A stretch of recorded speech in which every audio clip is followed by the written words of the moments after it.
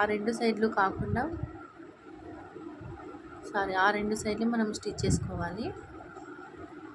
ఒకటి మనం 7 ఇంచెస్ తీసుకున్నాము, ఒకటి 4 ఇంచెస్ తీసుకున్నాం కాబట్టి 7 ఇంచెస్ది మనకి కొంచెం ఫ్రీగా ఉంటుంది. దాన్ని మనము హ్యాండ్ పై వైపు వచ్చేలాగా స్టిచ్ చేస్తాము. సో హ్యాండ్ మధ్యలో కరెక్ట్గా మార్క్ చేసుకొని అక్కడ నుండి 2 ఇంచెస్, మళ్ళీ 2 ఇంచెస్ మార్క్ చేసుకున్న దాని దగ్గర నుండి 3 ఇంచెస్కి మార్క్ చేసుకోవాలి. 2 సైడ్లు అలాగే చేసుకోవాలి.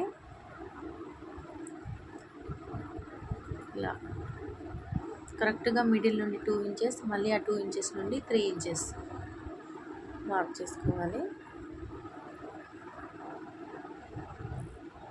ఇప్పుడైతే చూడండి, మనము 3 ఇంచెస్ మార్క్ చేసుకున్న దగ్గరనే మనము ఫ్రిల్స్ పెట్టుకున్నది మొత్తం రావాలి. మళ్ళీ 2 ఇంచెస్ నుండి 2 ఇంచెస్ వరకు అయితే మామూలుగా ఫ్రిల్స్ పెట్టుకోకుండా మధ్యలో మనము 7 ఇంచ్ క్లాత్ పెట్టుకున్నాము, క్లాత్ పైన ఫ్రిల్స్ పెట్టుకున్నాం కదా, అది వట్టి ఆ క్లాత్ వచ్చేలాగా స్టిచ్ చేసుకోవాలి. మళ్ళీ ఇక్కడ 3 ఇంచెస్ మార్క్ చేసుకున్న దగ్గరికి మళ్ళీ ఫ్రిల్స్ అన్నీ 3 ఇంచెస్ వరకు వచ్చేలాగా మార్క్ చేసుకోవాలి. ఇప్పుడైతే నేను ప్రిన్సెస్ కట్ కోసం ఈజీగా నేను కట్ చేయకుండానే స్టిచ్ చేస్తున్నాను. ఇలా మార్కింగ్ చేసుకొని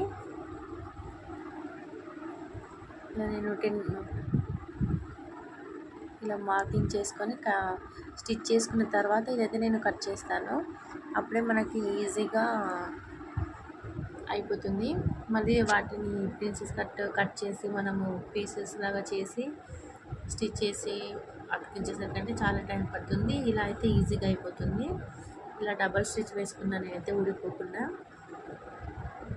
మనం చిన్న కుట్టు అంటే 1 నెంబర్ పైన పెట్టి స్టిచ్ చేస్తే ఆ కుట్టు అయితే ఊడిపోదు, చాలా స్ట్రాంగ్గా ఉంటుంది. అందుకే నేను 1 నెంబర్ పైన పెట్టి స్టిచ్ చేసి కొంచెం ఒక్క 1/2 ఇంచ్ గ్యాప్ వదిలేసి కట్ చేసుకున్నాను.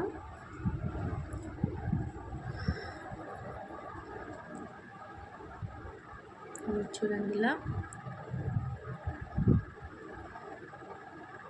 నేను ప్రిన్సెస్ కట్ మార్కింగ్ చూపించలేదు కాబట్టి ఇప్పుడు చూపిస్తున్నాను. మనం ఇప్పుడైతే బ్యాక్ పార్ట్ డాట్స్ కోసం అయితే నేను షోల్డర్ కన్నా కొంచెం పక్కన కింది వైపుకి